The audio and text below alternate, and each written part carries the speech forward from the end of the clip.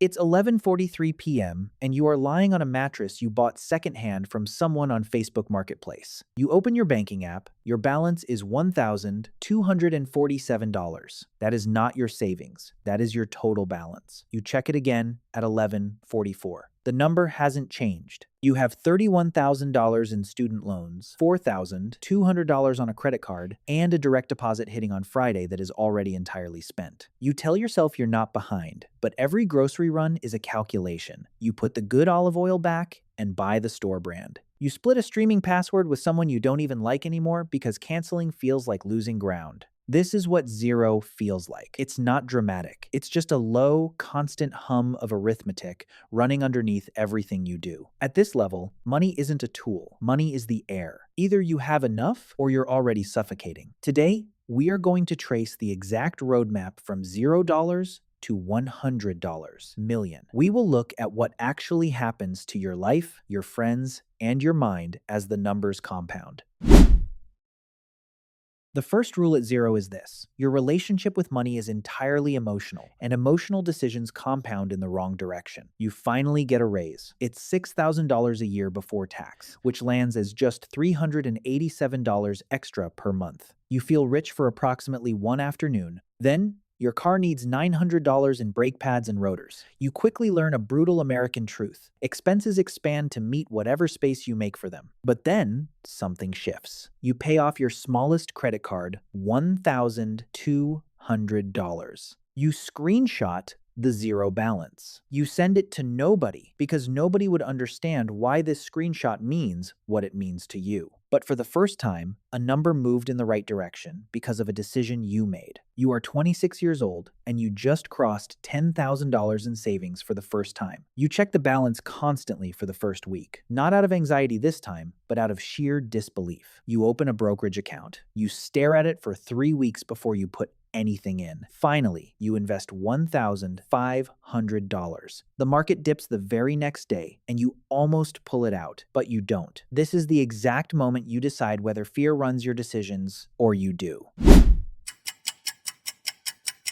You're making $68,000 a year now. You've got $40,000 saved, and you have a Roth IRA you're actually contributing to. You're doing everything you were told to do. Max the 401k, build an emergency fund, avoid lifestyle inflation. And then you sit down at midnight and type your projections into a spreadsheet. You stare at what 40 years of disciplined saving at your current income actually looks like. Something shifts in your chest. The number at the end is fine. It is survivable, but it is not what you want. This is the competence plateau. You are good at surviving. You are not yet good at building. Rule number 2. Salary is a ceiling dressed up as a floor. You start a side project on weekends. It makes $400 a month, then $900, then $1,700. For 14 months, you reinvest everything back into it. You cross $150,000 in net worth. You're 32. You have a rental property with $44,000 in equity, a brokerage account at $61,000, and a business generating $6,200 a month. But here's where it gets lonely. You start saying no to things that used to be automatic yeses. You say no to a destination wedding you can't afford without liquidating investments. You decline a group holiday where you'd be subsidizing 3 other people. You feel the friction in your relationships, but you stay quiet. You stop spending money to maintain relationships, and you start protecting capital to build options.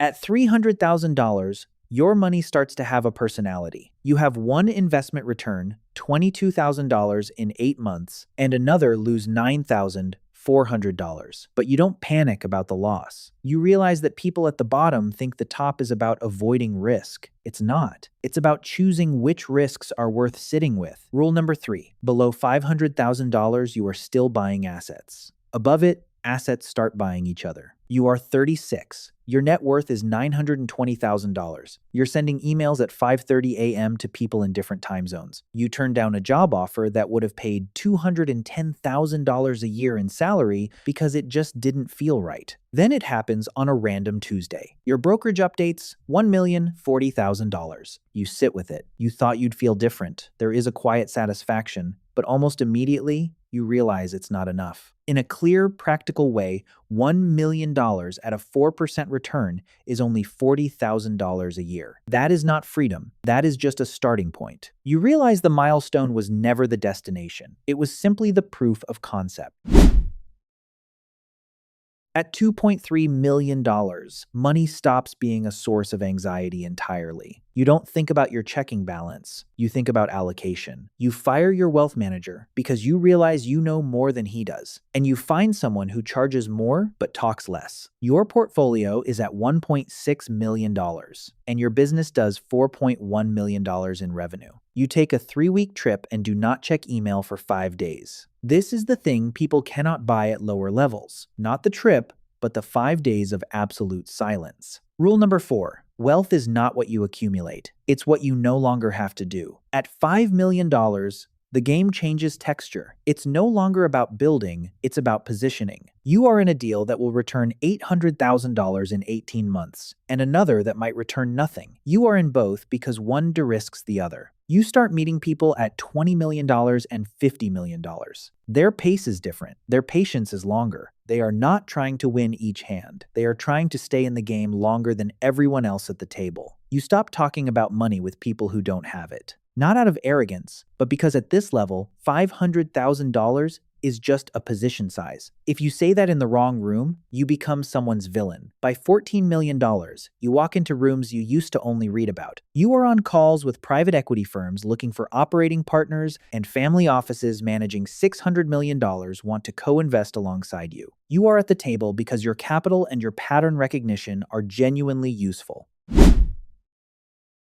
Rule number 5. At $10 million, your reputation becomes a financial instrument. A company you're invested in restructures its workforce and lays off 140 people. You know the CFO, but you don't call him. The company's margin profile improves, and your position increases in value. You don't feel good about it, and you don't feel bad about it. You just feel the distance. You cross $30 million at 54 years old. You have structures in place that will outlive you trusts, and a foundation that costs you $800,000 a year but functions partly as access. You could leave for 6 months and the machine would run. Capital moves simply because you breathe. At $80 million, you face a different problem: isolation. The things that absorb your attention, regulatory positioning, dynasty trusts, simply don't translate to the normal world. Your context has become untranslatable to most people who knew you before. Rule number 6. Above $50 million, money stops measuring your worth. It starts measuring your reach.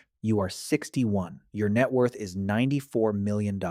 You have not worked a conventional day in 9 years, but you have not stopped working. You think in demographic and infrastructure cycles. You sit in a board meeting with 5 people who have enough combined capital to reshape a mid-sized economy. You speak for exactly 4 minutes, ask 2 questions, and the entire room calibrates to your position. You leave before lunch is served. This is power at its most compressed. No spectacle, no volume. And somewhere in this city right now, a 24-year-old is opening a banking app for the first time today. His balance is $1,247. He is standing in line at a grocery store, doing the math. He puts the good coffee back and gets the store brand. He thinks this is a story about money. He thinks if he just makes more of it, something will resolve. He doesn't know yet what it will actually cost him. Not in dollars, but in distance. The gap that opens between who you are at the beginning and who you have to become to reach the end. The machine doesn't ask if you're ready. It opens every morning, and it takes whoever shows up consistently without flinching. The money compounds, and so does everything else. But it always starts with that $1,247. It always will. What is your current number? If this reality check shifted your perspective even a little bit, drop a comment below with your biggest financial hurdle right now. Subscribe for more deep dives into the psychology of wealth. See you in the next one.